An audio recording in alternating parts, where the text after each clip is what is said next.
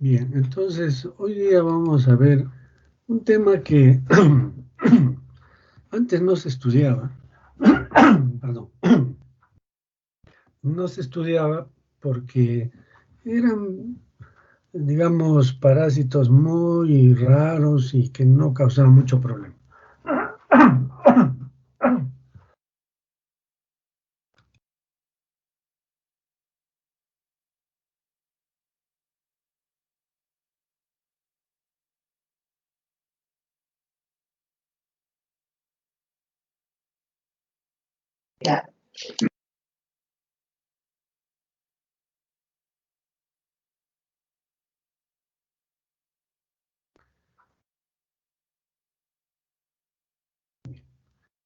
Sin embargo, en los últimos años, con la venida de enfermedades inmunosupresoras y tratamientos también inmunosupresores,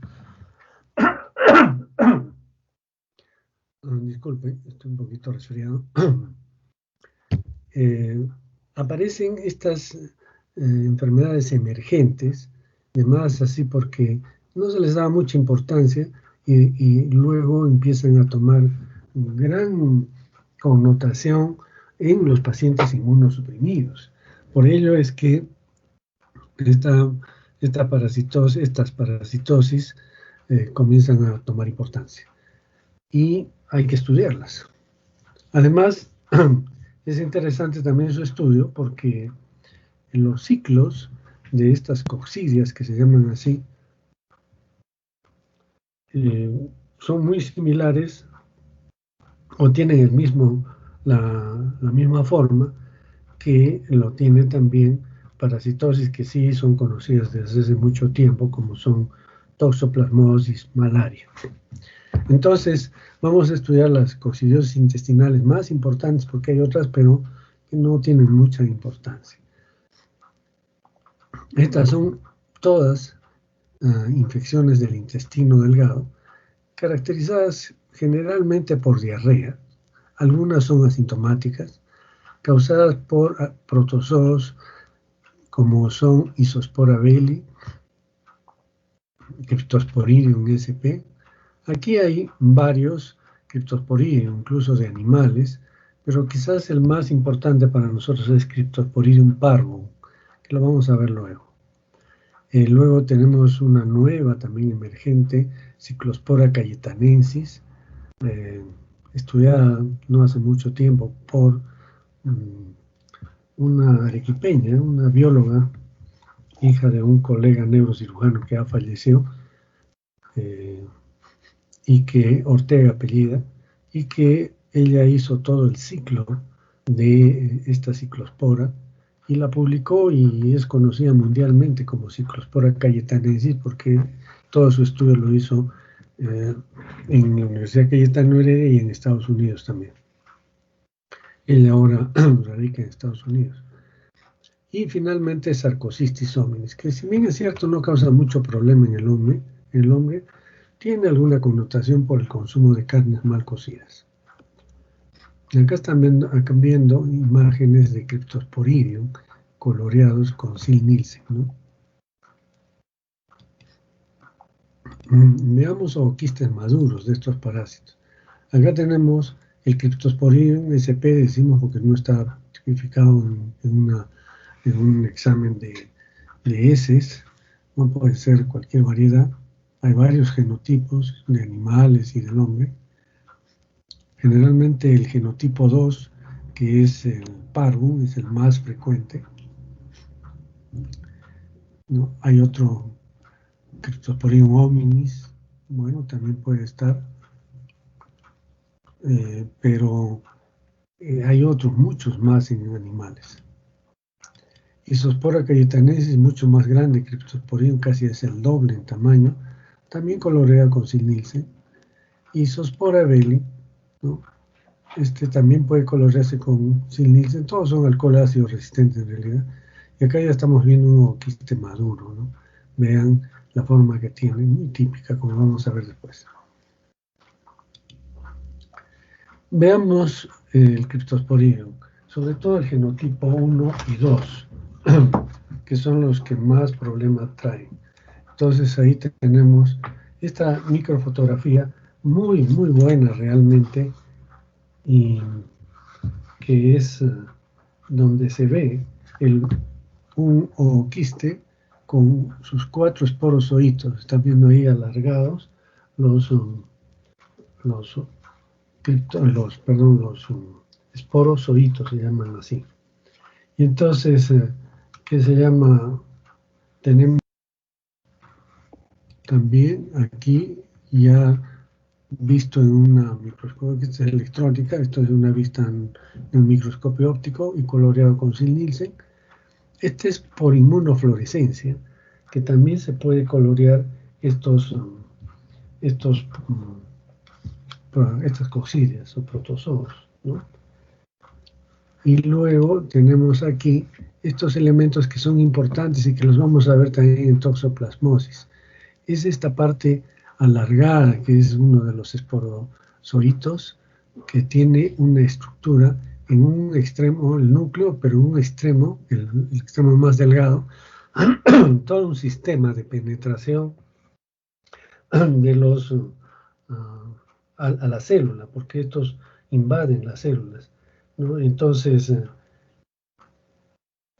¿qué se llama? Tenemos el conoide, que se llama esto, toda esta estructura, mira acá, y luego tienen róptrias, son organelas, micronemas, son organelas que permiten que este parásito pueda ingresar a la célula.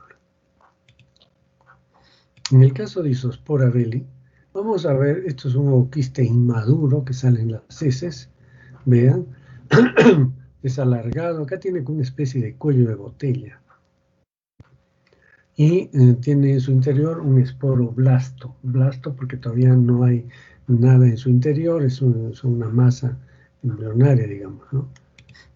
Y aquí ya es un ooquiste maduro con 2 esporoquistes, porque este esporoblasto primero se divide en 2 esporoblastos, y cada esporoblasto se recubre de una membrana quística y en el interior se forman los esporozoitos. Entonces acá tenemos el ooquiste ya maduro con 2 esporoquistes. Vayan acostumbrándose a la nomenclatura porque la vamos a ver en 6 parásitos. Y en su interior están los esporozoitos, 4 esporozoitos en cada uno. Y acá está la estructura, ¿no? Como esto es un esporoblasto, es un ooquiste inmaduro, vean este estrangulamiento que hay en forma de botella. Después se divide en 2 esporoblastos y después cada esporoblasto se rodea de una membrana quística, entonces ya no es blasto, sino esporoquiste, y en su interior van a formarse 4 esporozoitos. Nos vemos acá 1, 2, 3, 4 típicamente, ¿no? Esa es Isospora belli. Ciclospora, esta es una vista con autofluorescencia, tiene esa capacidad de autofluorescencia, no necesita que se le ponga una sustancia fluorescente, como hemos visto en Cryptosporidium. Y este es el ooquiste inmaduro visto en una muestra de heces con solución fisiológica, nada más, ¿no? Esta es una de las primeras muestras que se vieron en Ciclospora, porque es un descubrimiento de hace 20 años, más o menos, no más. Y esta es la Ciclospora ya madura, con el ooquiste que tiene 2 esporoquistes, y en su interior ya se están formando 2 esporoblastos. Esta solo tiene 2 esporoblastos en cada esporoquiste. Perdón, 2 esporozoitos en cada esporoquiste. 2 esporozoitos en cada esporoquiste y están dentro de un ooquiste. O significa huevo, pero que tiene envoltura quística, ¿no? Ooquiste, así se llaman aquí. Y acá con mayor nivel, miren cómo empiezan a desarrollarse y luego se forma el ooquiste maduro con 2 esporoquistes y que cada esporoquiste tiene 2 esporozoitos, cada uno con su núcleo. Y luego vamos a ver sarcocistis, ¿no? En el caso de sarcocistis tenemos más bien, este es un quiste Aquí ya vamos a ver quiste porque hay dos hospederos intermediarios, dos hospederos, un definitivo y un intermediario. En el intermediario se ven los quistes. Y el intermediario puede ser el ganado porcino, entonces ahí se llama sui hominis, Sarcosistis sui hominis. Y si está en el ganado vacuno, se llama Sarcosistis bovi hominis, ¿no? En la carne de estos animales.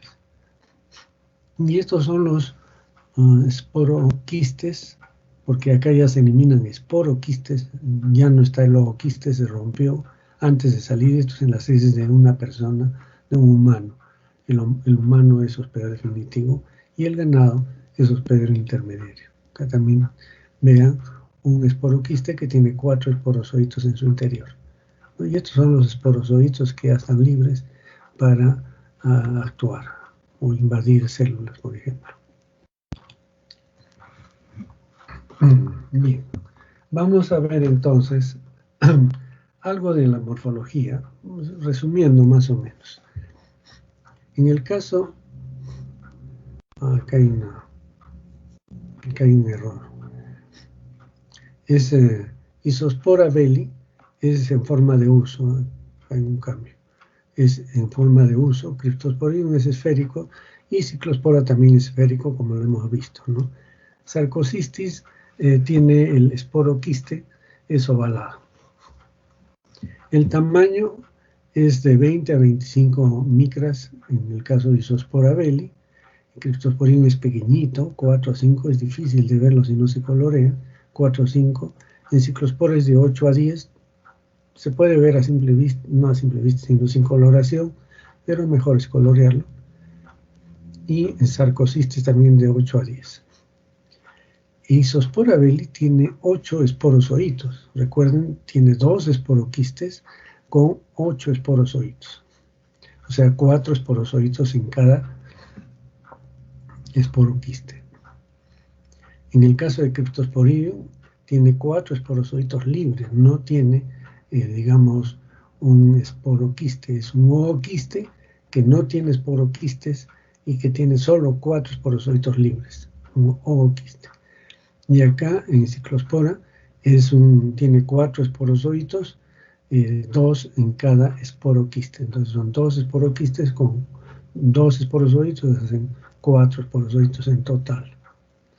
Y Sarcosistis tiene un esporoquiste y en él hay 4 esporozoitos. El único que tiene autofluorescencia es Ciclospora cayetanensis, ¿no? Los otros no tienen esta característica. Vean, antes de empezar los ciclos, debemos de revisar lo que son las formas de reproducción. Como les digo, esto es necesario que ustedes lo fijen bien, porque vamos a repetirlo también, aparte de estos 4, en toxoplasma y malaria. Entonces, en estas coccidias hay reproducciones asexuales y sexuales. Dependiendo de ello, se llamará hospedero definitivo o intermediario, ¿no? Sin embargo, en algunos hospederos se da todas las reproducciones, o sea, la sexual y la sexual. En otros, una parte, otra parte es el medio ambiente. Y en el caso de Sarcosistis, se da una parte en el hombre y otra parte en el ganado. Pero aparte de estas reproducciones, hay una reproducción especial que la vamos a mencionar en el caso de Sarcosistis. Bien, entonces, generalmente tenemos 3 tipos de reproducción. Es la esquizogonia, la gametogonia, que es la típicamente sexual, y la esporogonia. Aparte que en Sarcosistis podemos tener la la endodiogenia. Entonces, repetimos, esquizogonia, gametogonia, esporogonia. Eso es lo más común en estas coccidias. Y vamos a empezar para que ustedes vean cómo es la esquizogonia. Entonces, cuando un parásito, por ejemplo, este es un ooquiste, por ejemplo, de Cryptosporidium, podría ser con 4 esporozoitos, ¿no? Ingresa a la luz intestinal, o sea, por la boca, ingresa, y cuando llega a la luz intestinal, se rompe esta envoltura quística del esporoquiste, o en este caso del ooquiste, puede ser del esporoquiste o el ooquiste, pero para el criptosporidium sería para el ooquiste. Entonces salen estos esporozoitos. Lo interesante es que estén los esporozoitos libres y estos invaden a una célula. Algunos lo hacen solamente dentro de una vacúola, otros son intracelulares, como isospora, por ejemplo.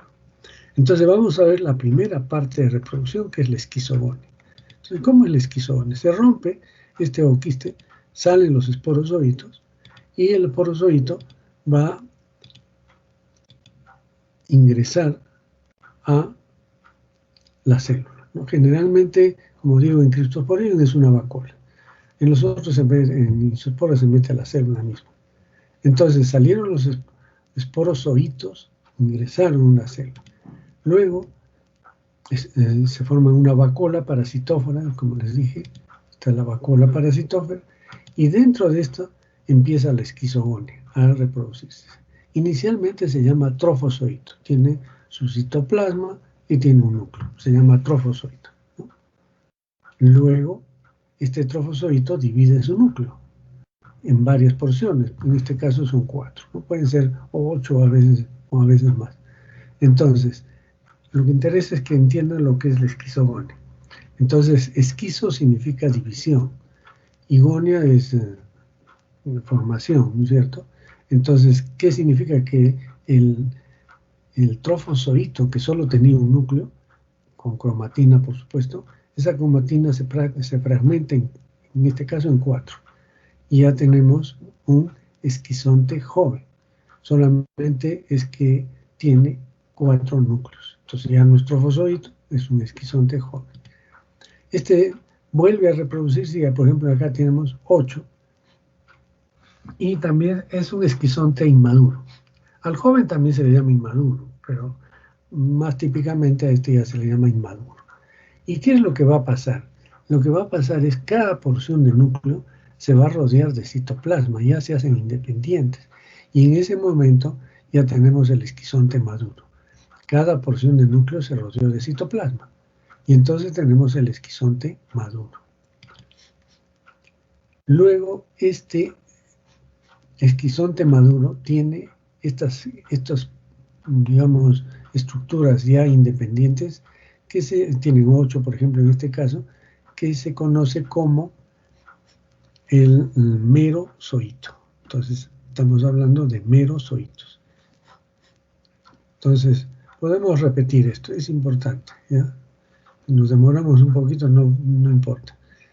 Entonces, el trofozoito empieza en la esquizogonia, esquizo, divide su núcleo, ¿no?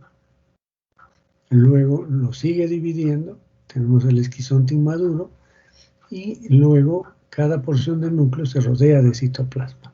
Entonces ya tenemos el esquizonte maduro.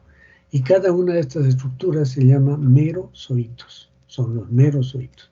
Aunque en criptosporidium le llaman a toda la estructura ya no esquizonte maduro, sino meronte, ¿no? ¿Por qué dice meronte? Porque tiene merozoitos. Pero generalmente, tradicionalmente, se ha acostumbrado a hablar de esquizonte maduro, con merozoitos. Entonces, uno de estos merozoitos va a invadir otra célula, ¿no? Y otra vez va a ingresar y va a formar otra vez el trofozoito y el esquizonte maduro y el esquizonte inmaduro y el esquizonte maduro. Quiere decir que en la mayor parte de los ciclos hay 2 esquizogonias. La primera esquizogonia, y después estos merozoitos salen, ingresan a otra y se forma otra esquizogonia, ¿ya? Entonces ya tenemos 2 esquizogonias. Después de la segunda esquizogonia, ¿qué va a pasar? Ya el merozoito ya no va a ser otra vez esquizogonia, ya no, salvo solamente es 1 o 2 esquizogonias. Luego, este merozoito nuevamente ingresa a la célula y va a ingresar a la célula, ¿no?, para formar ya la parte de la reproducción sexual, que se llama gametogonia. Entonces terminó la esquizogonia y ahora empezamos la gametogonia. Entonces se introduce a la célula y forma lo que se llama el microgametocito. Y otro merozoito ingresará a la célula, a otra célula por supuesto, y formará el macrogametocito. Entonces tenemos microgametocito y macrogametocito. Y empieza la gametogonia. Y entonces el microgametocito se divide en varios pequeños fragmentos, mientras que el macrogametocito no, madura nada más un poco. Entonces cada uno de estos microgametos, que son como espermatozoides, salen de esta célula a buscar el macrogameto que ha desarrollado, ¿no? Y entonces invaden al macrogameto y van a formar lo que se llama la unión de estos dos, se conoce como huevo o cigoto, ¿no? Entonces ya tenemos la gametogonia, el huevo cigoto. Después de este huevo cigoto se recubre de una membrana quística. Como es huevo o cigoto con una envoltura quística, ya no se llamará huevo. Huevo es O, ¿no es cierto? La forma de expresar es el O, pero como tiene quiste, entonces le llamamos O-quiste. ¿Bien? Y eso es lo que es la gametogonia. Bien, entonces podemos repetir esto un poquito para que vean. Listo. Entonces, primero hubo una esquizogonia, otra esquizogonia, y luego estos merozoitos ingresan a una célula, uno de ellos forma el microgametocito, otro forma el macrogametocito. Todavía no son gametos, ¿eh? Son microgametocito. El microgametocito se divide en varios, ¿no?, microgametos. Estos sí ya se llaman microgametos. Y estos, el microgametocito desarrolla un poco más y se convierte en macrogameto. Entonces un microgameto va a fecundar a un macrogameto y forma el huevo o cigoto, que sale de la célula, se rodea de una membrana quística y lo que tenemos es un huevo perdón, ya no huevo, porque ya tiene una envoltura quística, entonces un O-quiste. Listo. Y ahí termina la gametogonia. Y después viene la esporogonia. ¿Qué es lo que pasa en la esporogonia? En la esporogonia, este huevo o cigoto va a desarrollarse y va a convertirse, esta estructura interna se llama esporoblasto, ¿no? Entonces un huevo, un ooquiste, en su interior tiene un esporoblasto. Este esporoblasto se fragmenta en dos, primeramente, en dos esporoblastos. Después cada esporoblasto se rodea de membrana quística, ya no se llama esporoblasto, se llama esporoquiste, y en el interior se forman los esporozoitos. Igual para Isospora bele. Entonces acá tenemos de los tres. A ver, vamos a ver. A ver, retrocedemos mejor un poco. Entonces, teníamos el huevo cigoto que recubre de una membrana quística. Y esto ya es un ooquiste que tiene un esporoblasto. Este esporoblasto va a dar origen a esporozoitos o también puede dar origen a esporoblastos, ¿no? Y finalmente esporoquistes. Entonces, por ejemplo, en Cryptosporidium, ¿qué es lo que pasa? En Cryptosporidium este esporoblasto va a formar 4 esporozoitos de frente. Por eso es que decimos que en el interior se forman los esporozoitos desnudos, no están dentro de un esporoquiste. Es simplemente el ooquiste con los 4 esporozoitos libres, ¿ya? Pero en el caso de ciclospora o de isospora, primero es la formación de los dos esporoblastos. O sea, un esporoblasto se parte en dos esporoblastos. Entonces, ¿qué es esto? Un ooquiste inmaduro. En el caso de Cryptosporidium ya es un ooquiste maduro, ya están los 4 esporozoitos. Aquí no, tiene 2 esporoblastos y por lo tanto es un ooquiste inmaduro. Pero cuando ya se forma la membrana quística alrededor del esporoblasto, entonces ya tenemos 2 esporoquistes y en el interior hay 2 esporozoitos.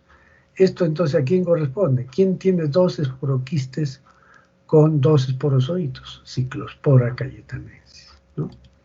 Pero en el caso de Isospora, recuerden esta estructura, en realidad no es por la figura aparece, pero en un solo lado tiene este estrangulamiento, en el otro no. Entonces también se forman 2 esporoblastos a partir de este esporoblasto. 2 esporoblastos, igual que en Cyclospora, 2 esporoblastos. Pero a diferencia de Cyclospora, en cada esporoblasto se rodea de membrana quística, entonces esporoquiste, y contiene 4 esporozoitos cada uno. Este solamente tiene 2. Entonces, ya tenemos que en Cryptosporidium tiene 4 esporozoitos desnudos. En Cyclospora tiene 2 esporoquistes con 2 esporozoitos cada uno. Y en Isospora belli tiene 2 esporoquistes con 4 esporozoitos cada uno. ¿Está claro? ¿Se entiende o prefieren que vuelva a repetir esto? Díganme por favor, si lo han entendido. Bien, la verdad es que no lo van a entender bien a la primera. Tienen que leerlo, aprenderlo, porque es bien complicado, yo lo entiendo. Pero si hay algo que yo pueda hacer para puntualizar una cosa, me avisa, ¿no? Si no, seguiré nomás. La otra forma de reproducción es la endodiogenia. Este es un completamente diferente y se ve en sarcocistis y en toxoplasma, la endodiogenia, nada más. Lo que pasa es que en un parásito, una coccidia, esta es una completa con su núcleo, y este núcleo empieza a formar otro núcleo. O sea, dentro de un parásito, esta es una coccidia, ¿no? Empieza a formarse otra. Y entonces vamos a tener 2 en su interior. Y después ya están las dos, digamos, los 2 le llaman taquizoitos y después se dividen completamente. Entonces, quiere decir que dentro de un parásito se forman 2 núcleos, se separan y al final forman 2 seres nuevos. A estos les llamamos taquizoitos, o después, cuando ya su reproducción es lenta, son bradizoitos. En todo caso, son zoitos, les vamos a llamar a estos, ¿no? Entonces, en un zoito que solamente tenía, o sea, un solo zoito, empieza a dividir su núcleo, se forman 2 zoitos y que después se separan. Eso se llama la endodiogenia. Veamos cómo es el ciclo de la criptosporidiasis. Vamos a puntualizar algunas cosas nada más, porque en realidad es un juego de lo que ya hemos especificado, es decir, esquizogonia, gametogonia, esporogonia. Bien, el hombre se infecta con ooquistes maduros. Acá dice de pared gruesa. Ya después vamos a entender qué significa esto. Entonces son ooquistes que hemos visto que tienen 4 esporozoitos desnudos o libres, ¿no es cierto? Que están en el suelo, en el agua contaminada, en las verduras, y el hombre las ingiere. También puede ser de animales, ¿no? Acá puede haber en las heces de animales, el hombre también elimina sus heces, pero animales pueden ser aves, mamíferos, una serie de animales realmente que tienen Cryptosporidium. Ustedes saben que Cryptosporidium es, así como nosotros hemos tenido la pandemia, la preocupación para los veterinarios es el Cryptosporidium, sobre todo para los que cultivan o crían, aves, o cuyes también, ¿no? Entonces entra el Cryptosporidium en una granja y realmente mata a todas las gallinas, porque las gallinas comienzan a eliminar ooquistes maduros, como defecan en el suelo y ahí están comiendo, entonces infectan rápidamente a todas las gallinas y desaparece la granja. Por eso ustedes habrán visto que a la entrada de las granjas hay un pediluvio como los que usamos ahora para entrar a las viviendas o a las tiendas, pero ellos tienen un gas muy grande y con cal, con mucha cal, entonces uno camina para destruir si es que hubiera algún ooquiste en los zapatos, ¿no? Bien, entonces el hombre se infecta con un ooquiste maduro de pared gruesa. Ingresa al aparato digestivo y cuando está en el intestino delgado, se desenquista. Entonces, digamos que este es el ooquiste. Entra al intestino, se desenquista y se liberan estos esporozoitos, que dijimos 4 esporozoitos.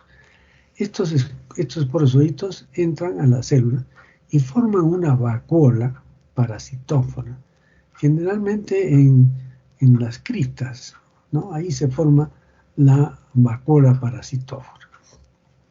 Entonces, esta vacuola parasitófora permite que este esporozoito se desarrolle formando un trofozoito y empieza todo lo que conocemos como la esquizogonia. Entonces, la esquizogonia, que va a hacer que este trofozoito divide su núcleo, es un esquizonte inmaduro, y luego cada porción este es un ooquiste inmaduro, cada porción del núcleo se rodea de una membrana citoplasmática, de citoplasma, y entonces ya tenemos los merozoitos. Y entonces acá tenemos el meronte, como les decía, también le llaman esquizonte, pero más para criptosporidios le llaman meronte. Y es el meronte tipo 1, que tiene alrededor de 6 a 8 merozoitos. Pero vuelve a ingresar a la célula un merozoito. Este merozoito ingresa nuevamente a una célula para hacer la segunda esquizogonia. Hemos dicho que hay generalmente 2 esquizogonias. Pero en la segunda esquizogonia ya solamente se va a formar un meronte, digamos, maduro, tipo 2, pero que solo tiene 4 merozoitos, ¿ya? Entonces, estos 4 merozoitos ya se liberan, ya no para hacer otra esquizogonia, sino para hacer la gametogonia. Entonces recuerden, la primera esquizogonia va a dar un meronte o un esquizonte maduro con 6 a 8 merozoitos.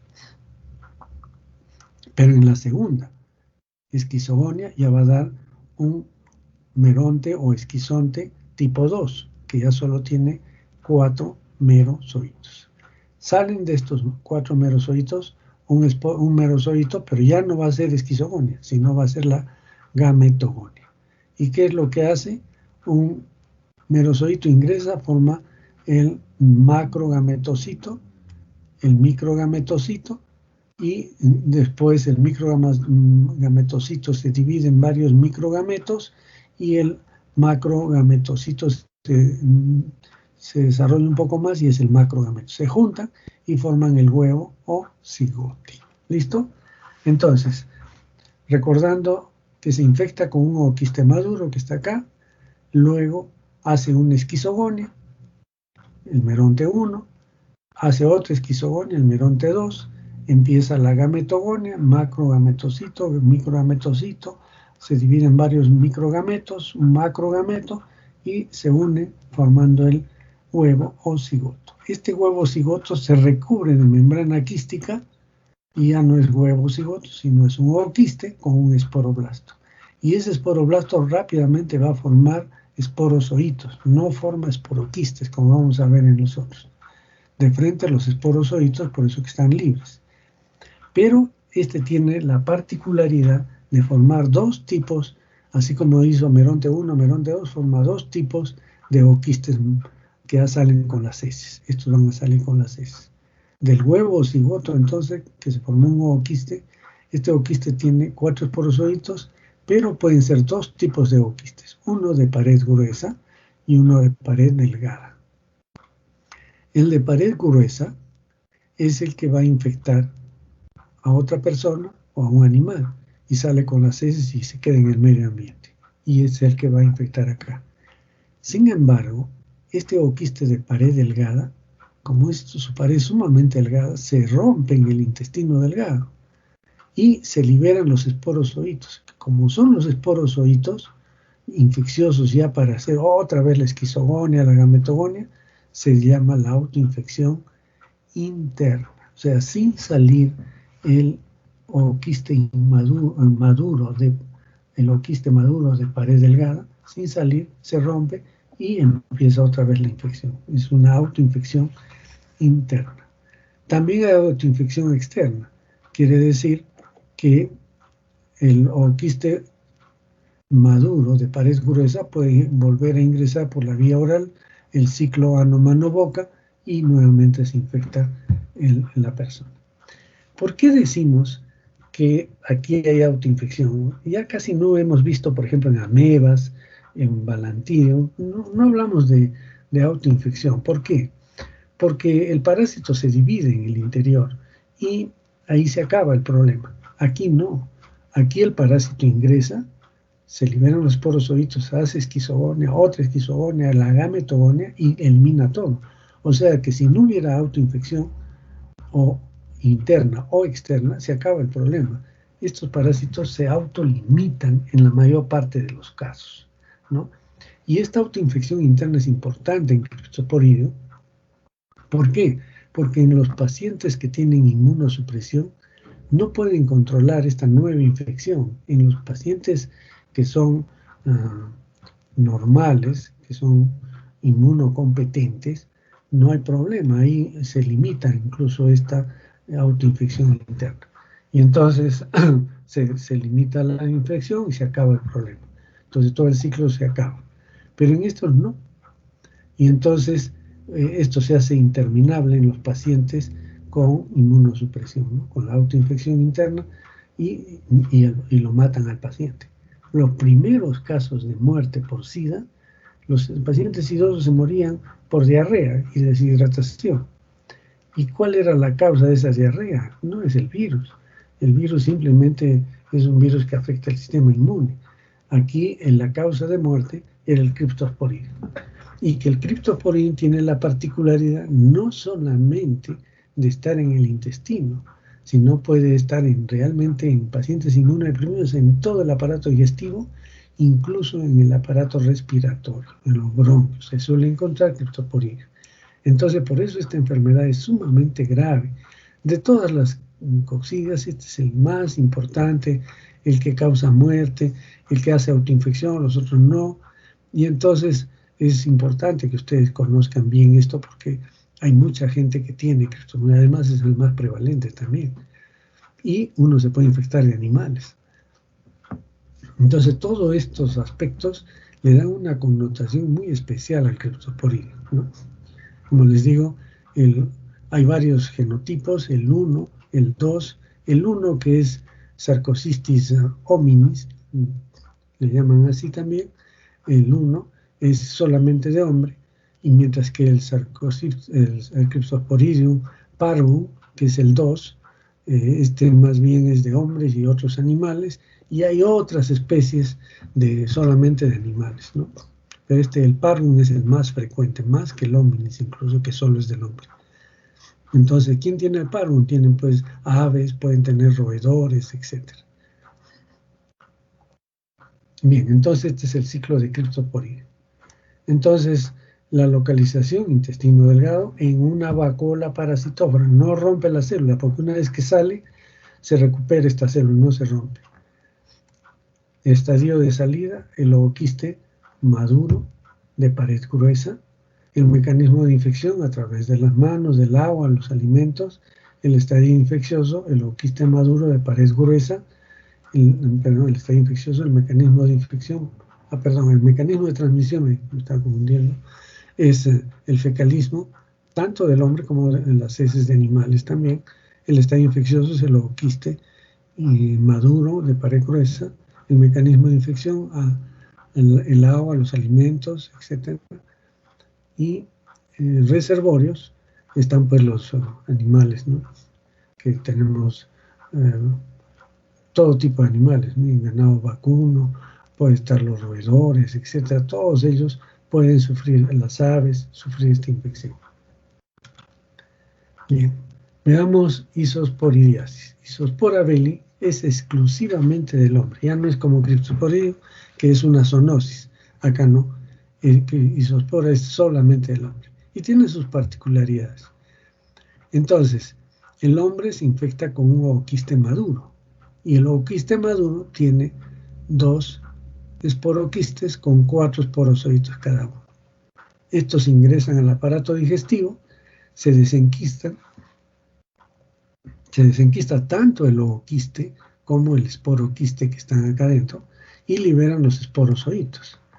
Entonces los esporozoitos van, acá está desenquistándose, empiezan la esquizogonia, miren, esta es una esquizogonia, va a producir merozoitos, ¿no? Los merozoitos que están en el esquizonte maduro, estos merozoitos pueden o no hacer una segunda esquizogonia, acá no es importante esto, y después estos merozoitos empiezan la gametogonia, ¿no? Microgametocito que divide formando microgametos y el macrogametocito que se desarrolla y va a formar el macrogameto. Lo interesante de isospora es que es intracelular.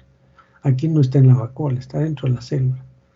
Y finalmente se une este microgameto con el macrogameto y forman el huevo o cigoto. Este huevo o cigoto se recubre de una membrana quística y ya tenemos el ooquiste, que salen las heces. Ooquiste inmaduro con un esporoblasto. Entonces en las heces va a salir ooquiste inmaduro con un esporoblasto inmaduro. Entonces, ¿qué quiere decir? Que tiene que desarrollar en el medio ambiente.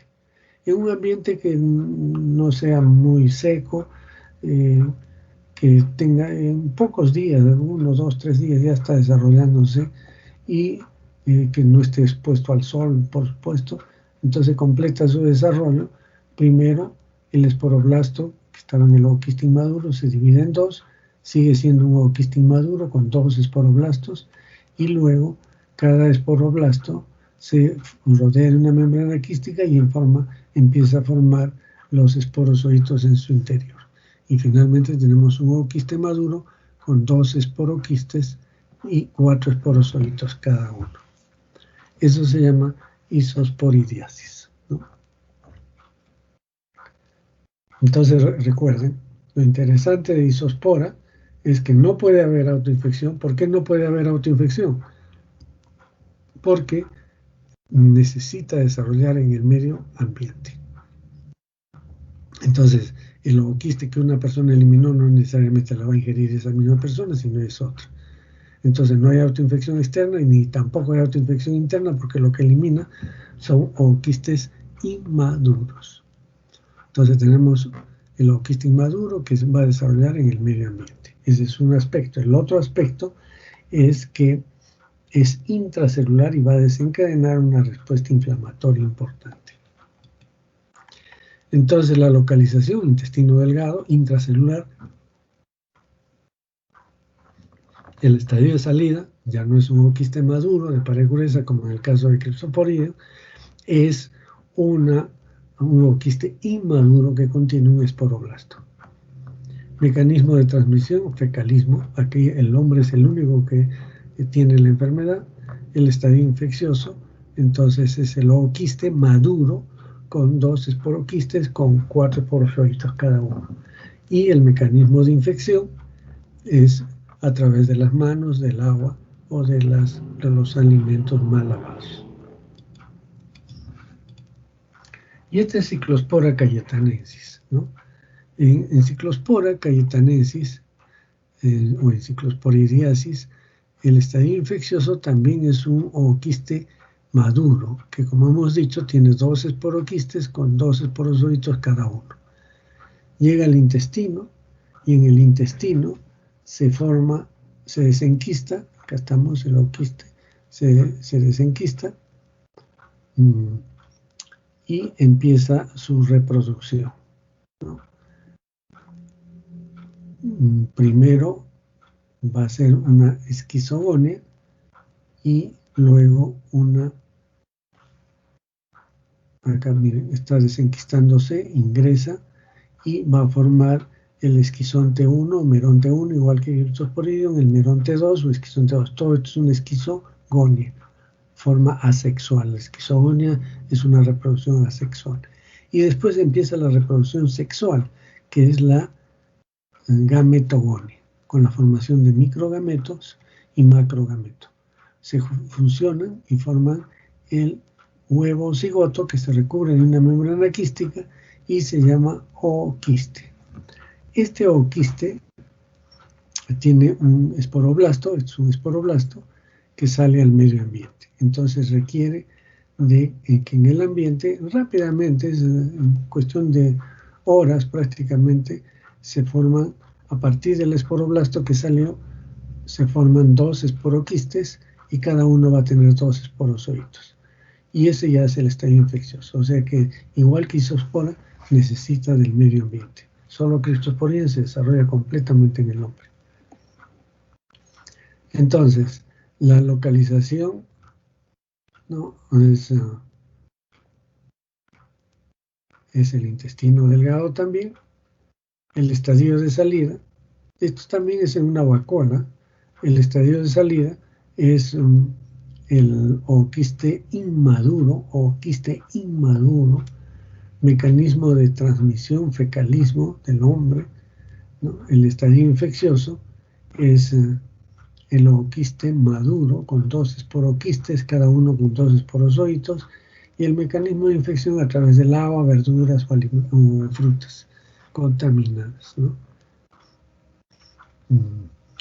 En este caso, por ejemplo, hubo una cosa interesante, mejor les cuento de una vez, no les cuento, sino les refiero, porque fue publicado hace varios años, no muchos, serán unos 10, 12 años, que en San Francisco, en Estados Unidos, sucede que hacen una reunión en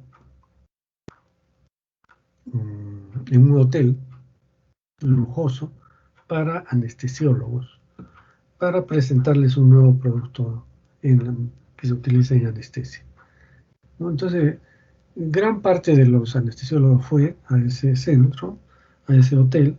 Era una exposición de estos medicamentos por parte del laboratorio y después una cena, ¿no?, en el buffet en el hotel, sumamente lujoso. El cuento es que a los 4 días casi todos los anestesiólogos estaban con diarrea.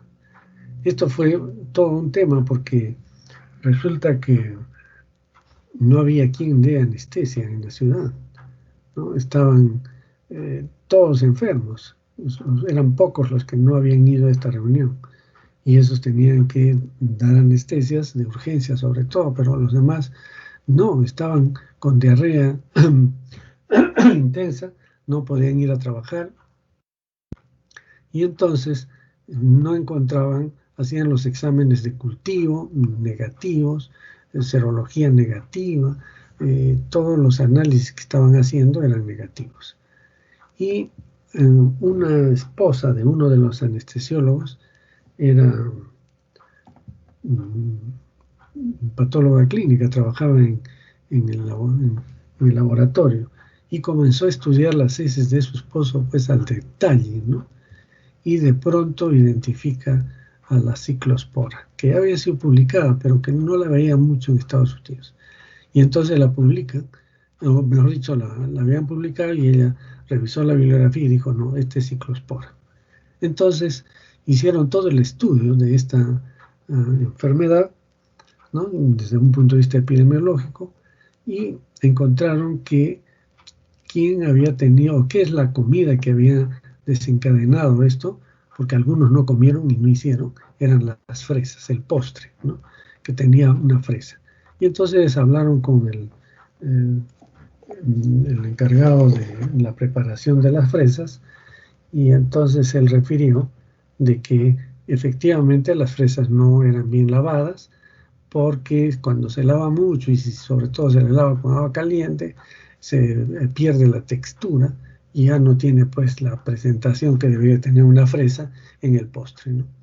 Y entonces esto suscitó que investiguen de dónde habían venido esas fresas, y esas fresas vinieron de Nicaragua.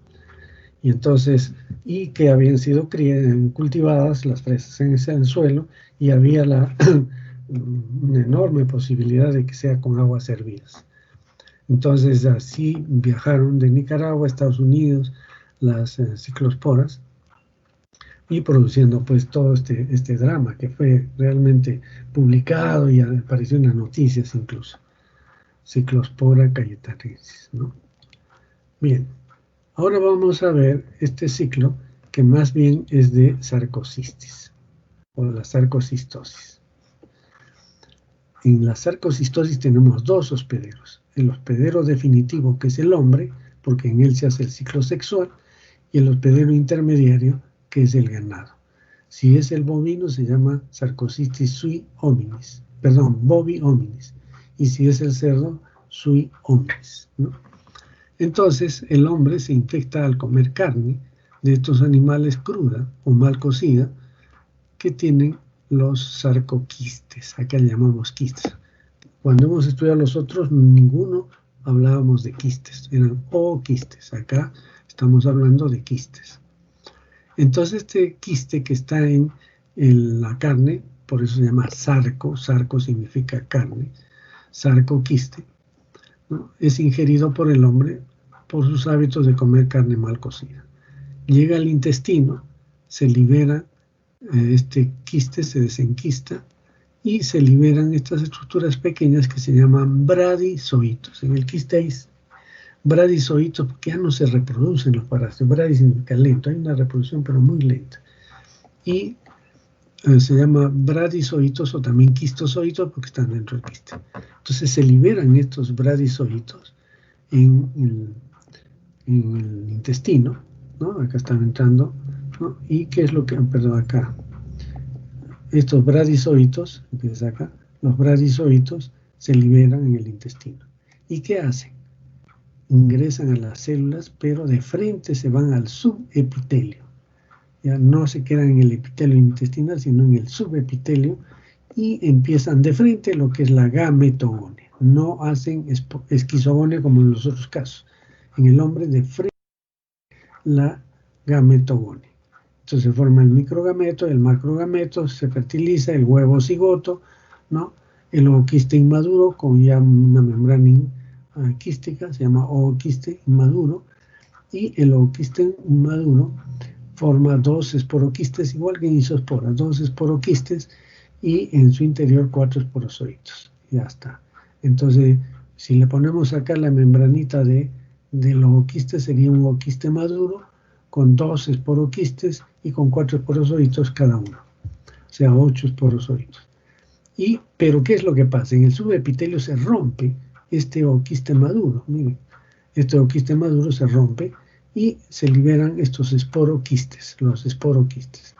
Y estos esporoquistes salen con las heces. También pueden salir los dos esporoquistes juntos, pero generalmente salen ya uno solo, un esporoquiste, ¿no? Con 4 esporozoitos. O sea que en el interior del epitelio intestinal, el subepitelio, se formó el ooquiste maduro y después el ooquiste maduro con 2 esporoquistes, se separaron y sale el esporoquiste. El esporoquiste entonces sale con las heces del humano y va a ser ingeridos por estos animales. ¿Qué pasa en estos animales? En estos animales lo que va a aparecer es que estos esporozoitos ingresan hacia el endotelio del aparato digestivo, a los vasos que están en el aparato digestivo, y ahí en el endotelio empieza una forma de reproducción por esquizogonia. Miren, ¿eh? Entonces, en el hombre que era gametogonia y esporogonia. Pero en el ganado completan los 3 ciclos que conocemos, faltaba la esquizogonia. Entonces, en el endotelio de los vasos del intestino se va a formar la esquizogonia. ¿Qué significa la esquizogonia? Cada uno de estos esporozoitos van a ingresar, forman el trofozoito, el esquizonte inmaduro, el esquizonte maduro y los merozoitos. Los merozoitos salen, se liberan y por vía sanguínea van a ir al músculo. Estos merozoitos van a penetrar al músculo y en el músculo empiezan a dividirse activamente, pero por endodiogenia. O sea que acá hay 4 ciclos: gametogonia, esporogonia, esquizogonia y finalmente la endodiogenia. Y entonces, ¿qué es lo que pasa? Que se forma una estructura, una envoltura quística dentro de la fibra muscular con gran cantidad de merozoitos. Estos merozoitos se reproducen activamente y por eso se les llama taquizoitos, taqui rápido. Entonces rápidamente dividen, pero por endogenia. Quiere decir que un parásito produce en su interior otro y después se separa, y así por miles. Entonces vamos a tener muchos taquizoitos. Y la célula se rompe, la célula muscular se rompe y va a liberar más taquizoitos. Estos taquizoitos invaden a otras células por vía sanguínea, por vía linfática o en el mismo por continuidad, y entonces otra vez ingresan a las células y empiezan su reproducción rápida destruyendo células. Hay mucha destrucción celular en el animal. Y entonces se forman pues muchos que le llaman pseudoquistes porque inicialmente solamente era la membrana de una vacuola, la membrana celular y dentro muchos taquizoitos que se están reproduciendo activamente. Entonces, ¿qué es lo que aparece? Aparece la inmunidad del animal y, digamos figurativamente, le dice al taquizoito, sabes que te voy a matar. Y el taquizoito dice, no, entremos en un diálogo y entonces yo ya no me voy a reproducir, ya no vas a romper más células, pero tú tampoco me mates. Y eso es lo que pasa. Entonces la inmunidad detiene ese proceso de reproducción rápida y el parásito se crea una sustancia a su alrededor de su vacuola, volviéndola a esa pared vacuolar dura y lógicamente la pared celular por fuera. Y entonces ya es una envoltura quística. Y ahí ya no se reproduce activamente, sino se reproduce muy lentamente. Entonces estos taquizoitos ya no se llaman taquizoitos, se llaman bradizoitos. Miren, y entonces se forma el quiste, ¿no? El quiste con bradizoitos. Entonces, ¿cuál es la diferencia entre un pseudoquiste lleno de taquizoitos y un quiste? En primer lugar, que en el primero había membrana vacuolar, pero libre, y una membrana celular. En el otro también hay membrana vacuolar, pero con una sustancia gruesa que la endurece, ya es una envoltura quística. Por fuera también está la membrana celular, pero además el tipo de reproducción, ¿no? Muy rápida en los pseudoquistes y muy lenta en los quistes.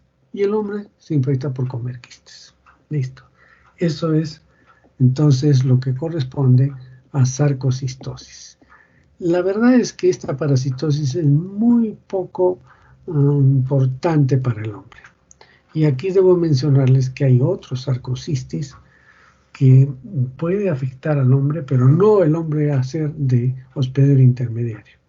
Ustedes han visto, esto ya como cultura general, ¿eh? No entra para el curso, en que hay la tendencia a usar o comer mucha carne de alpaca. Y los que han visto carne de alpaca generalmente tienen unos quistes como granos de arroz. Entonces apenas benefician una alpaca, van a encontrar gran cantidad de estos quistecitos como granos de arroz. Son blanquecinos y es un sarcocistis, pero es de otro tipo que no está muy bien tipificado. En ese caso, el ciclo se da entre el ganado quenio y los perros. El perro es hospedero definitivo y el ganado quenio es el hospedero intermediario. No vamos a entrar en detalle de esto, pero el tema es que cuando uno come carne de alpaca, puede ingerir estos quistes, pero no van a desarrollar, como el caso de Sarcocistis sui hominis o bovi hominis, sino que lo único que va a pasar es que estos van a eliminar una sustancia que es una toxina, se llama sarcotoxina, y va a aumentar el peristaltismo, va a causar dolor abdominal y diarrea. Pero pasa el efecto de la sarcotoxina y se acaba. Entonces, lo que sabe la gente que vende esta carne, lo hemos visto, por ejemplo, una vez estuvimos en el Cañón del Colca y me ofreció, yo sabía lógicamente este tema, y me ofrecieron carne de alpaca. Y entonces yo no comí, pero otros sí comieron, y la señora que vendía les dice, miren, esta carne a veces es un poco fresca, no entendía yo muy bien el término fresca, porque les puede causar dolor abdominal. Después de comer esta carne, siempre es bueno tomarse un matecito de hierbabuena, ¿no? Entonces, ¿qué tiene la hierbabuena? La hierbabuena tiene iosina, que es un antiespasmódico. Entonces, ese antiespasmódico contrarresta la acción de la toxina y ya no vienen esas molestias, dolor abdominal y diarrea.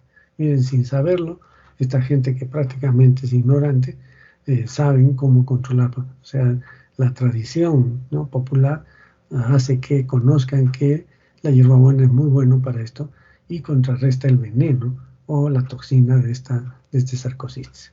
Pero como digo, ese no interviene en el hombre, solamente produce molestias por la sarcotoxina. Bien. Entonces volvemos a sarcocistis. En el caso de sarcocistis, la localización siempre es en el intestino delgado, pero en el subepitelio. Recuerden, Cryptosporidium es en una vacuola muy cerca de las criptas. En el caso de isospora es intracelular, entonces en cada reproducción rompe las células, produce destrucción celular, ¿no?, y con proceso inflamatorio en base a eosinófilos fundamentalmente. En el caso de ciclospora, bueno, ahí es vacuola también, no causa mucho problema, pero también es capaz de desencadenar un daño inflamatorio y que se llama más que Cryptosporidium. Cryptosporidium más es un daño que se dice tipo tóxico, que ya lo vamos a ver después. Y finalmente sarcocistis, que está en el subepitelio, que mayormente no causa mucha molestia. Entonces su localización subepitelio, estadio de salida, es el ooquiste, perdón, el esporoquiste, no es ooquiste, es el esporoquiste. El mecanismo de transmisión, fecalismo. El estadio infeccioso para el hombre es el sarcoquiste o quistes en la carne, y el mecanismo de infección es comer carne cruda o mal cocida de estos animales. Bien, veamos la patogénesis. Se suele ver en general en estos parásitos acortamiento de las microvellosidades. Puede haber atrofia o hiperplasia. Por ejemplo, en ciclospora se ve hiperplasia de las criptas. En Cryptosporidium suele ver atrofia, pero también puede haber en algunos casos aumento de las criptas. Infiltrado de mononucleares, sobre todo en Cryptosporidium, ¿no? El Cryptosporidium también está dentro de una vacuola parasitófona. Es intracelular en el caso de Isospora belli, con una gran cantidad de eosinófilos, una reacción inflamatoria. Esta Isospora belli es característico de la reacción inflamatoria. En nosotros no tanto, porque están dentro de una vacuola, mientras que en Isospora sí hay un proceso inflamatorio en todo el intestino, y eso puede llevar a síndrome de mala absorción en algunos casos, ¿eh? Bien, hay destrucción celular, porque en el caso de Isospora belli también. En el caso de Cryptosporidium se abre la vacuola, se elimina y la sigue viviendo. Bien, entonces veamos un poco la clínica. Y aquí sí es importante ver. Casi todas tienen dolor abdominal, en más o menos intensidad. Siempre hay dolor abdominal, tanto en sarcocistis, isospora, ciclospora o Cryptosporidium. Bueno, perdón, ha salido al revés. Asintomática puede ser también en muchos de ellos, ¿no? En otros hay diarrea, ¿no? En el caso de Cryptosporidium es una diarrea acuosa, ¿no?, que lo lleva a la deshidratación. Y si no hay destrucción celular porque es en una vacuola, la causa, explican algunos, que no está muy claro, pero debe ser alguna toxina que hace que no se absorban líquidos y se elimina gran cantidad de líquido en las heces. Entonces, una diarrea acuosa en el caso de Cryptosporidium. Sin embargo, en el caso de Isospora belli, la diarrea no es tan líquida, más bien es un síndrome de mala absorción, con heces abundantes, malolientes, ¿no?, y que puede llevar digamos, a deposiciones cada vez más abundantes, ¿no? Pero generalmente es de tipo leve la enfermedad, ¿no? Mucho cuidado. Puede haber deshidratación, sobre todo en Cryptosporidium. En el caso de Isospora bellis, además tenemos fiebre, porque hay un proceso inflamatorio, recuerden. En Isospora belli hay un proceso inflamatorio muy, muy importante. Entonces hay fiebre, hay eosinofilia alta y diarrea, ¿no? Con algo de síndrome de mala absorción. Entonces, resumiendo, en Ciclospora y Cryptosporidium hay diarrea acuosa generalmente, con dolor abdominal y hay algo de deshidratación. Algunos pueden ser asintomáticos. En sarcocistis, por comer carne, como es en el subepitelio, a veces hay poquísimos síntomas, quizás dolor abdominal, pero no llega a haber una diarrea así importante. En todo caso, estos se autolimitan. Isospora belli termina el proceso y se autolimita. Se acabó el asunto. Hay 4 o 5 días de fiebre, no de fiebre, febrícula, eosinofilia que persiste una semana, a veces más, y ahí queda. Ciclospora también dura su reproducción una semana de molestias y se acabó el asunto. 4, 5, 6, 7 días. Y ahí se acaba la enfermedad porque se autolimita. Todos los parásitos que entraron hicieron su ciclo y se eliminan en las heces bajo la forma de ooquistes, ¿no? Ya sean maduros y inmaduros. En el caso de hemos visto de Cryptosporidium, sí, ahí hay varios motivos. ¿Por qué es enfermedad grave? Ya lo hemos mencionado en parte. Cryptosporidium hace autoinfección interna o externa incluso. Y la enfermedad no se autolimita. Es en el único que no se autolimita. Y entonces esta autoinfección hace que la enfermedad persiste y cada vez invade más células y más diarrea, ¿no? Eso es importante, entonces en Cryptosporidium no se autolimita. En los otros se autolimita la infección. Y en sarcocistis generalmente es asintomática o leve dolor abdominal. Isospora belli tiene un cuadro diferente y hay eosinofilia alta. Recuerden, ¿cuántos hemos visto que tienen eosinofilia alta? A ver si se acuerdan. A ver, díganme, por favor. ¿Quiénes dan eosinofilia alta? Ascaris, mucoides. No. Salvo que esté en el pulmón, pero no es alta, moderada. ¿Quién más? A ver, ¿qué opinan? Estrongiloides. Muy bien. Estrongiloides es uno de los elementos que produce muy alta eosinofilia. ¿Quién más? Fasciola hepática. Muy bien. Fasciola hepática. También da eosinofilia.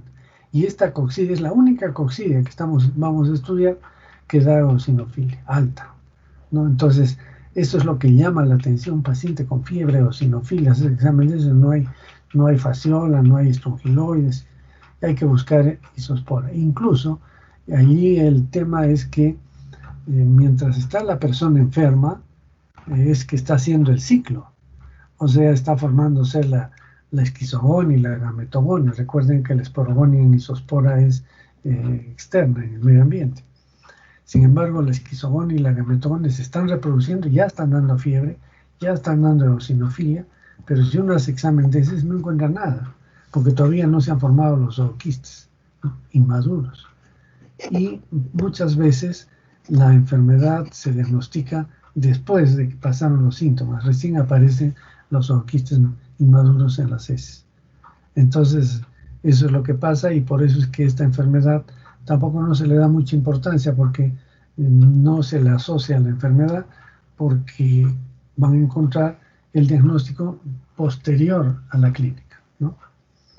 Bien, entonces estos son aspectos importantes. El otro aspecto en la clínica es la inmunodepresión. En Cryptosporidium es sumamente importante la inmunodepresión, ya sea por VIH, HTLV, cualquiera de esos virus que producen inmunosupresión, o por desnutrición. Muchos de nuestros niños tienen criptosporidiasis por desnutrición, y esto aumenta su desnutrición, se hace un círculo vicioso. También se ve esto en pacientes que toman drogas inmunosupresoras, ¿no? Y se infectan por Cryptosporidium. Bien, entonces el diagnóstico, hay que hacer un examen de heces, que es concentrado siempre, porque no siempre se elimina buena cantidad. El otro hecho es que son alcohol ácido resistentes, o sea que se puede utilizar la coloración de Ziehl-Neelsen, que se utiliza para el BK. Ustedes saben, han hecho microbiología, y es una coloración que da de color rojo y es alcohol ácido resistente, ¿no? O sea que se colorea, y por más que le ponemos alcohol ácido, no lo decolora, se queda coloreado. En el caso de Cryptosporidium es periférica la coloración rojiza. En el caso de Isospora es muy irregular, y en el caso de Ciclospora es completa, todo se colorea, por eso se ve bien roja los ooquistes de Ciclospora. Para el caso de sarcocistis, la verdad es que se pueden ver los ooquistes en las heces sin colorear, son 8 a 10 micras, pero es raro encontrar en las heces sarcoquistes, o sarcoquistes, sí digo, de sarcocistis, o esporoquistes, perdón, esporoquistes de sarcocistis. Es muy raro, pero nosotros sí se ven los ooquistes muy bien. Se puede hacer biopsia, ¿sí? Se encuentran los parásitos enterovacuolas o intracelularmente.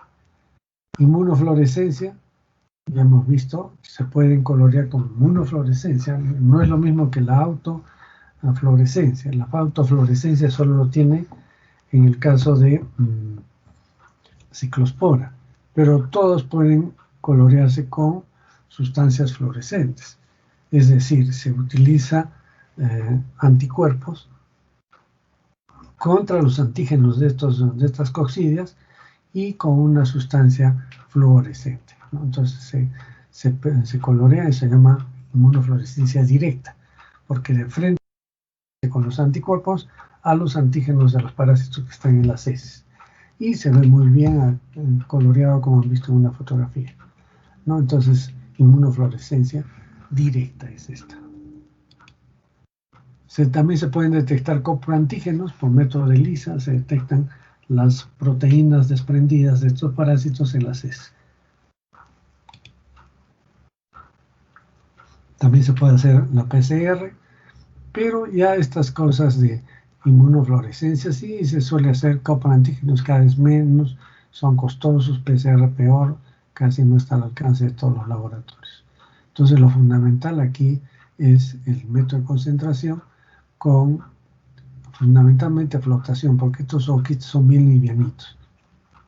Los métodos que concentran por centrifugación no son tan buenos. Incluso algunos utilizan algunas sustancias para la flotación, que puede ser sulfato de zinc. Otros dicen que esto la puede alterar, sobre todo el Cryptosporidium, y utilizan azúcar, se llama método de concentración de Schieder, ¿no? O de Kim Jong también, que concentra y que después se colorea. Entonces, esto es lo que corresponde al examen de heces. También se puede hacer serología, o sea, en sangre, ¿no? Buscar en suero, por método ELISA, ya en este caso, anticuerpos. Acá ya no se busca los antígenos, sino anticuerpos. Los antígenos están en las heces. En el caso de sarcocistis, hemos dicho que es raro encontrar los esporoquistes en las heces del hombre, muy raro. Sin embargo, se suele hacer el diagnóstico en el ganado. En el ganado sí se hace el diagnóstico, tenemos ahí las láminas en músculo de los animales, y allí se encuentran los quistes con bradizoides. Esto lo hacen los veterinarios, ¿no?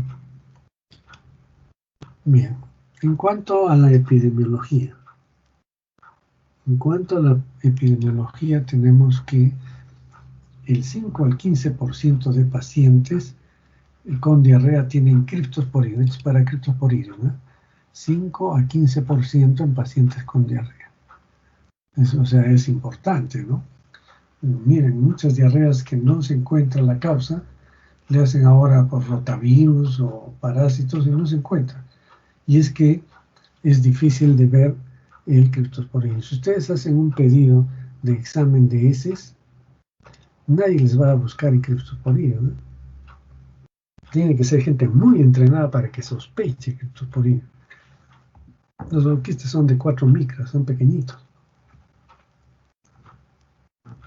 No se les distingue, prácticamente se confunden con esporas de hongos, por ejemplo, en las heces, ¿no? Entonces hay que colorear, y para ello ustedes tienen que saber pedir. Si sospechan en criptosporina, tienen que pedir coloración de CINILS en búsqueda de criptosporina, técnicas de concentración, etcétera, porque si no, si es que no se acuerdan, pues pidan identificación de criptosporina con una nota ahí, ¿no? Para que lean los métodos adecuados. En un examen común de heces no van a encontrar, no les van a informar que tiene criptosporina. Por eso que aparentemente en los exámenes de heces comunes la prevalencia pues de criptosporina es muy baja.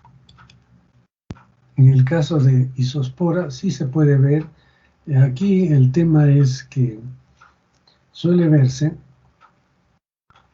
los onquistas inmaduros, porque son inmaduros, para que tengan o sea, completen su maduración, hay que hacerles todo un proceso, pero cuando uno busque en heces, solamente va a encontrar los onquistes inmaduros con un esporoblasto.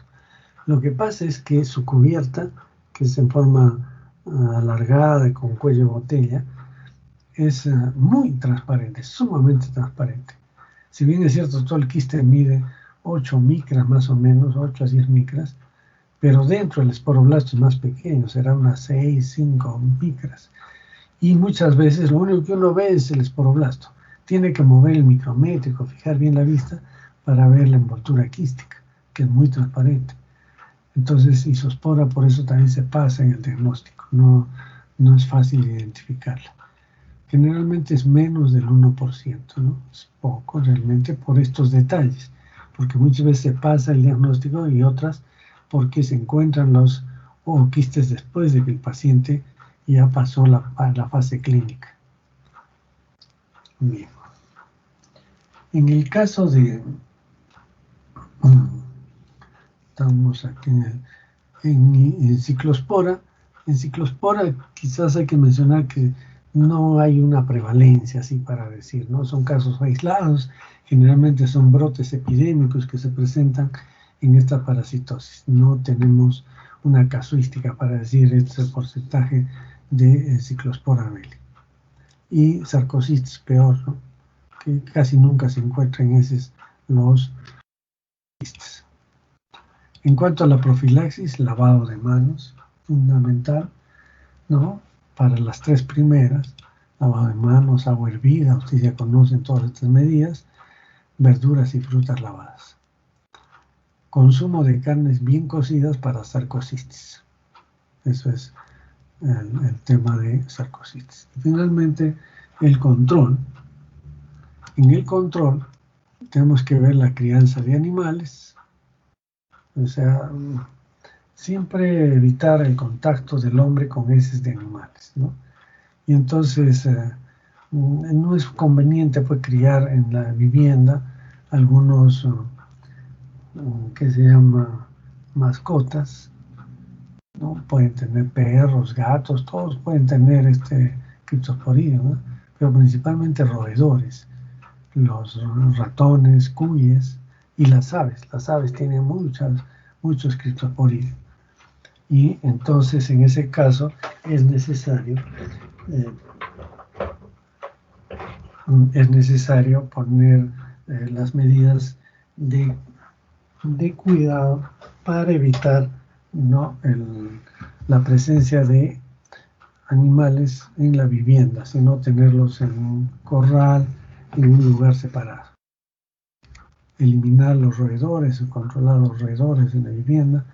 El control en camales, eso está fundamentalmente referido a sarcocistis, ¿no? Los otros no tienen nada que ver. Y finalmente eliminar el fecalismo, ¿no? Que es para todos, en realidad. El hombre es hospedero definitivo, recuerden, de Cryptosporidium, de Isospora, de Cyclospora cayetanensis y de Sarcocistis. En todos es hospedero definitivo. ¿Por qué? Porque tiene el ciclo sexual, la gametogonia. Entonces el fecalismo humano es importante. En Cryptosporidium no solamente es el fecalismo humano, sino también de animales, ¿no? Y entonces para eliminar el fecalismo, ¿qué hacemos? Construimos letrinas y controlamos pues que las aguas hervidas no rieguen las plantas. He visto, por ejemplo, el cultivo de fresas, que le ponen el tallito de cada planta de la fresa, un plástico y con un agujero para que no entre en contacto con la tierra, ¿no? Otros pueden hacerlo una especie de sostén para que no entre en contacto las fresas con el suelo. Eso es las fresas son pues una fruta que no se puede lavar bien, se debe lavar, requiere mucho esfuerzo lavarla una por una, y entonces hay que evitar que se contaminen en el campo. Y finalmente el tratamiento. El tratamiento a veces no es necesario, porque hemos dicho que se autolimitan. Y aromáticos como antiespasmódicos pueden mejorar los pacientes. Pero si ya tenemos problemas serios, como por ejemplo en Cryptosporidium, ahí sí. El cotrimoxazol, que es una sulfa, ¿no? Que es la asociación de sulfametoxazol y trimetropin, este cotrimoxazol, que así se abrevia, sulfametoxazol más trimetropin, es útil para isospora y ciclosporidiasis. Entonces, si es que requieren tratamiento, se les da el cotrimoxazol. Pero para Cryptosporidiasis hay dos drogas. La nitazoxanida, que es una droga, que ustedes tengan cuidado con esta droga, porque los propagandistas médicos la ofrecen para todos, incluso para tenias, ¿no? Sin embargo, en Estados Unidos, la FDA, ustedes saben, esta es la Oficina de Control de Medicamentos y Alimentos en Estados Unidos, solamente indica a la nitazoxanida en el tratamiento de Cryptosporidiasis. Algunos parece que van a aceptar también el tratamiento de yardiasis, pero todavía está en duda. Pero su indicación precisa es el de la nitazoxanida de la Cryptosporidiasis. Nada más, no para otras parasitosis. La paromicina también ya la hemos visto, este aminoglucósido que lo hemos visto en balantidiasis, por ejemplo, sirve también para la Cryptosporidiasis, ¿no? Es otra alternativa para el tratamiento. Hay otras drogas que se pueden utilizar, pero ya es en el tratamiento del SIDA en sí, que ya es más complejo. Pero en todo caso, estas son las drogas para el tratamiento de la Cryptosporidiasis. En el caso de sarcocistis, en realidad no requiere tratamiento, se autolimita. Si es que hubiera dolor abdominal, un antiespasmódico es suficiente para controlar este problema. Bien, entonces están viendo que estas parasitosis son complejas, ¿no? No son fáciles de tratar y, mejor dicho, no son fáciles de diagnosticar. El tratamiento sí funciona muy bien, pero en Cryptosporidiasis hay que tener mucho cuidado, ¿no? En Isosporidiasis hay que darlo por 10 días, el cotrimoxazol, también para ciclospora, 7 a 10 días, y en el caso de Cryptosporidium hay que evaluar siempre digamos, el cuadro clínico, porque si son pacientes inmunodeprimidos pueden persistir con la infección, pueden hacer autoinfección, entonces el tratamiento es más largo dependiendo de la evolución de los pacientes.